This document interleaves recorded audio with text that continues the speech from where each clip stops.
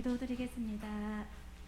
사랑과 은혜가 풍성하신 하나님 아버지, 지난 일주일도 부족하고 연약한 우리들을 눈동자처럼 아껴 보호하여 주시고 인도하여 주심에 감사드립니다. 아멘. 복되고 거룩한 주일날 불러주시고 마음과 뜻과 정성을 모아 예배드리게 하시니 정말 감사드립니다. 아멘. 이 시간 예배의 중심에 오직 하나님께 영광 올려드리는 예배가 되게 하옵소서. 아멘. 살아서 역사하시는 주님의 만져주심, 따스하게 위로해 주시고 새 힘을 주시는 주님의 음성 듣게 하옵소서. 아멘. 사랑의 주님, 저희들이 부족하여 주님의 자녀로서 바른 말과 행동을 하지 못해 회개합니다. 주님께서 주신 마음 외면하고 저희의 뜻대로 행했음을 고백합니다. 이 시간 보혈의 피로 씻어 주옵소서. 아멘. 처음 주님을 만나고 사랑했던 그 믿음, 그 사랑, 그 설레임 우리들은 다 기억합니다. 여러 가지 핑계로 지나치며 편히 살려고만 하는 잘못된 습관 이 시간 변화시켜 주옵소서. 은혜가 풍성하신 하나님 아버지, 만져주시고 도와주시옵소서. 성도님들 가정에 질병으로 인해 치료하며 질병을 이겨내고 있습니다. 주님의 의로운 손으로 아픈 곳을 만져주시고 새살이 돋게 하시며 맑은 피가 흐르게 하옵소서. 아멘. 질병이 치유되는 과정 속에서 주님을 만나게 하시고 간증하는 역사가 일어나게 하시옵소서. 아멘. 이 시간 목사님 선포하실 때에 말씀의 능력을 7배나 더해 주시옵시고 아멘. 피곤치 않도록 성령의 두루마기를 입혀 축복하여 주시옵소서. 아멘. 말씀의 열매가 땅에 떨어지지 않고 우리 모두 마음속에 가슴속에 맺혀지게 하옵소서. 아멘. 말씀이 살아 역사함이 우리의 가정에, 직장에, 교회에, 삶 속에 나타나 주님을 외면하고 모르던 사람들이 생명선 기회로 찾아오는 놀라운 체험이 일어나게 하실 줄 믿습니다. 아멘. 이 시간도 우리와 함께 하시는 거룩하신 예수님의 이름으로 기도드립니다. 아멘.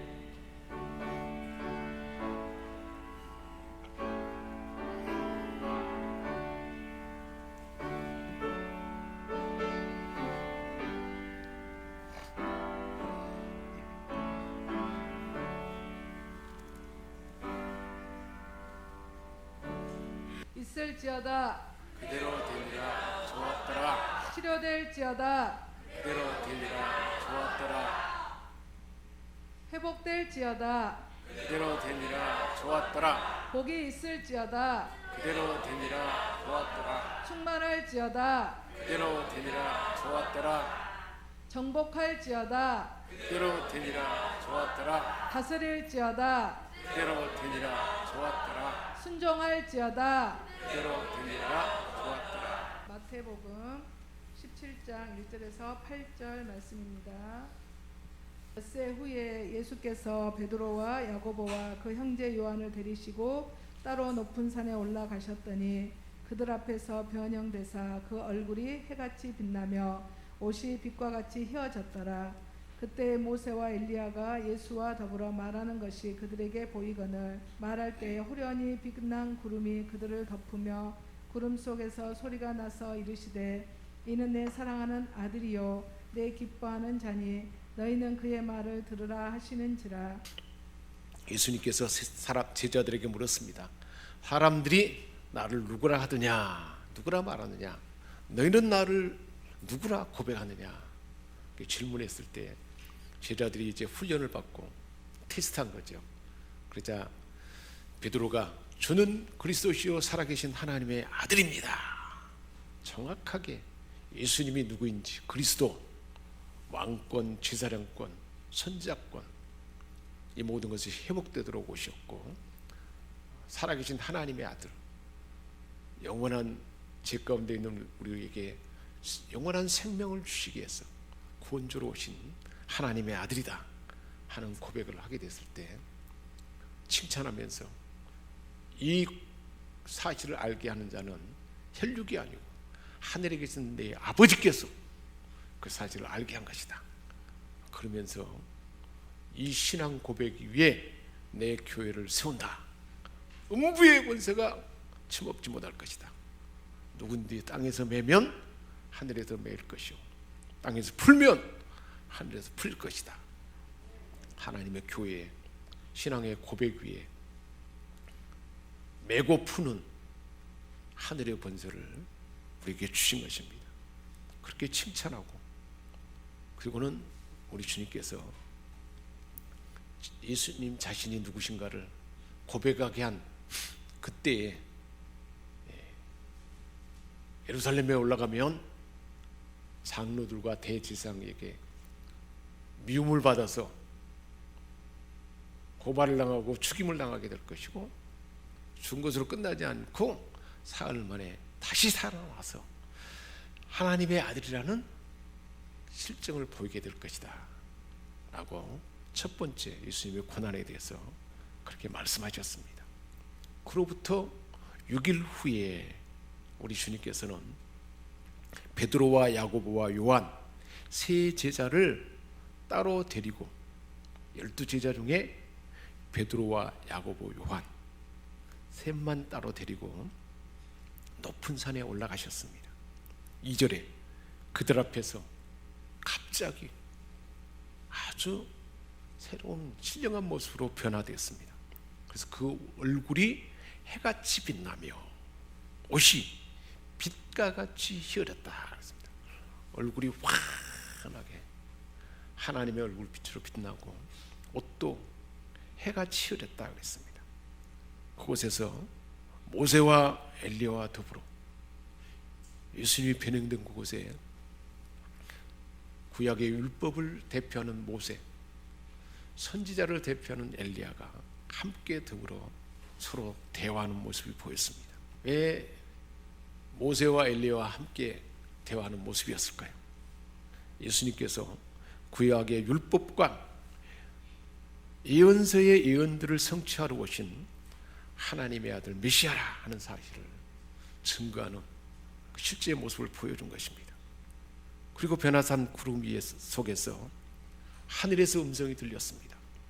이는 내 사랑하는 아들이요 내 기뻐하는 자다.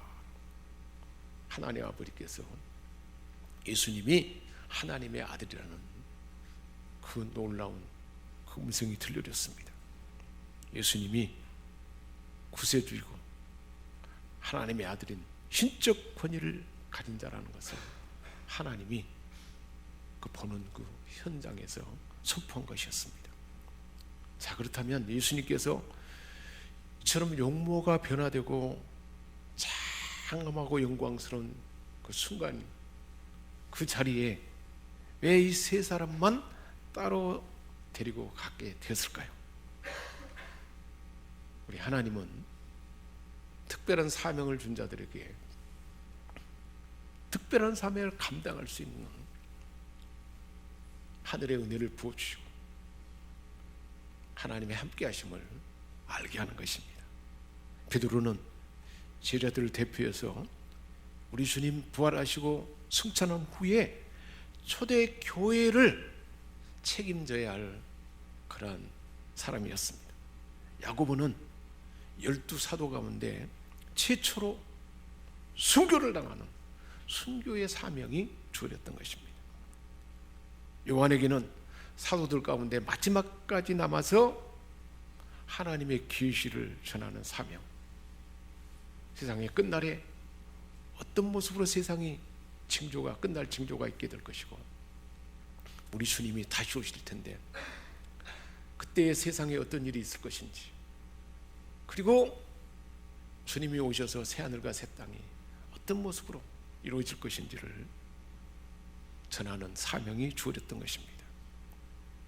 이토록 중요한 사명을 감당해야 할 이들에게 예수님이 누구신지, 메시아로서 예수님이 십자가 지는 그 사역에 대해서 분명하게 알려주기 위해서 그들을 따로 불러서 높은 산에 오르게 한 것입니다.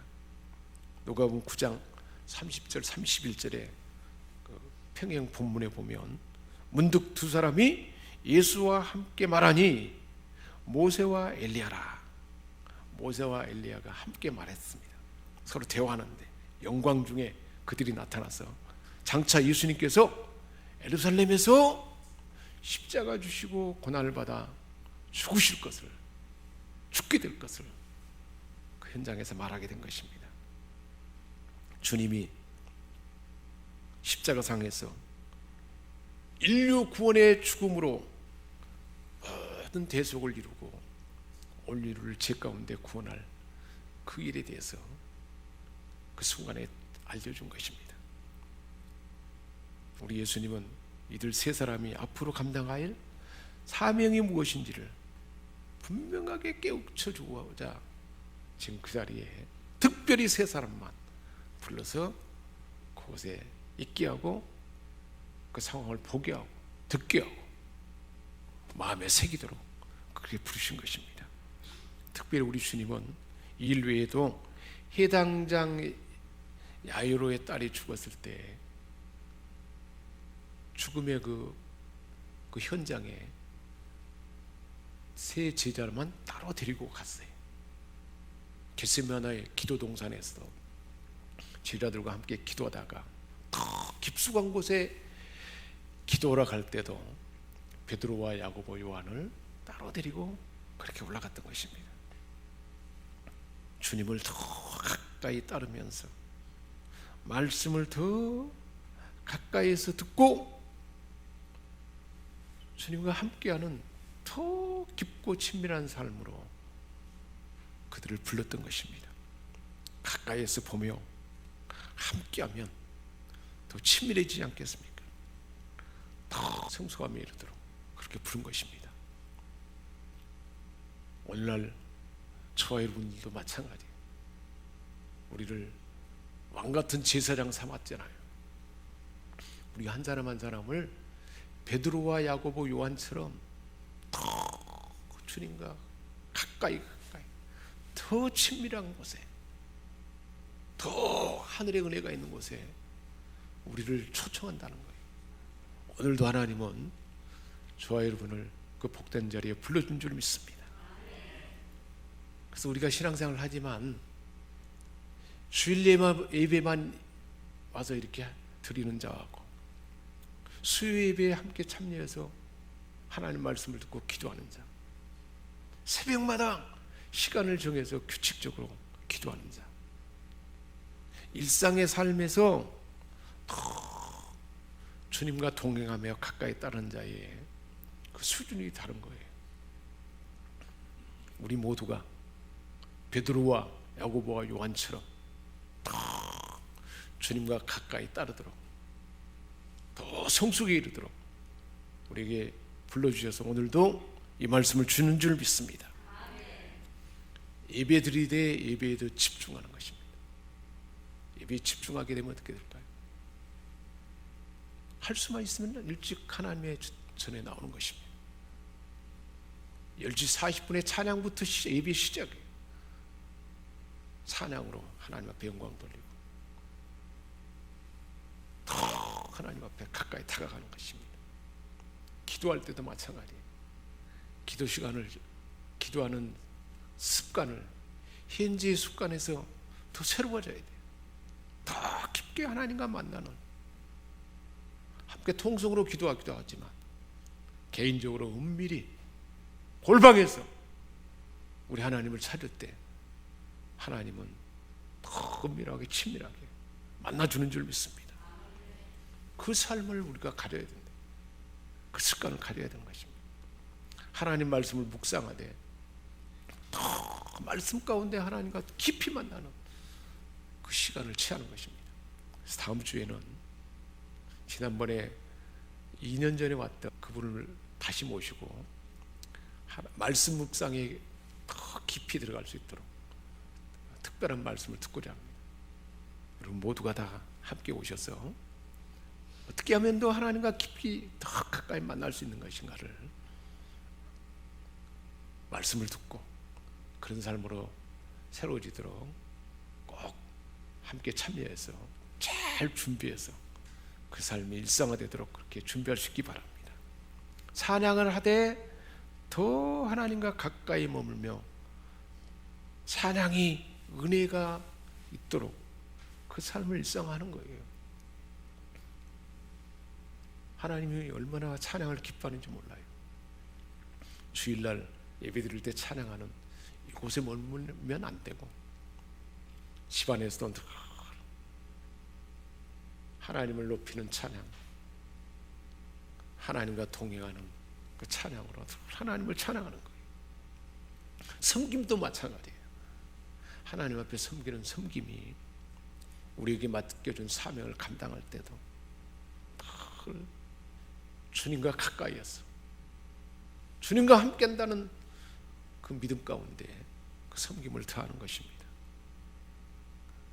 왕권, 제사장권을 가진 저와 여러분에게 베드로와 야고보, 요한처럼 이렇게 다른 자로 저와 여러분을 불러주었다는 사실을 오늘 말씀 우리에게 들려주고 있는 것입니다. 베드로, 야고보, 요한의 이에 머무는 여러분 되시기를 주님의 이름으로 축복합니다. 이런 더 주님을 가까이 따르고 주님과 함께 가까이 머무는 자에게 주신 말씀이 있어요. 여호수아 1장 5절 말씀입니다. 너희 평생에 당할 자가 없으리니 내가 모세와 함께 있던 것 같이 너와 함께 있을 것입니다.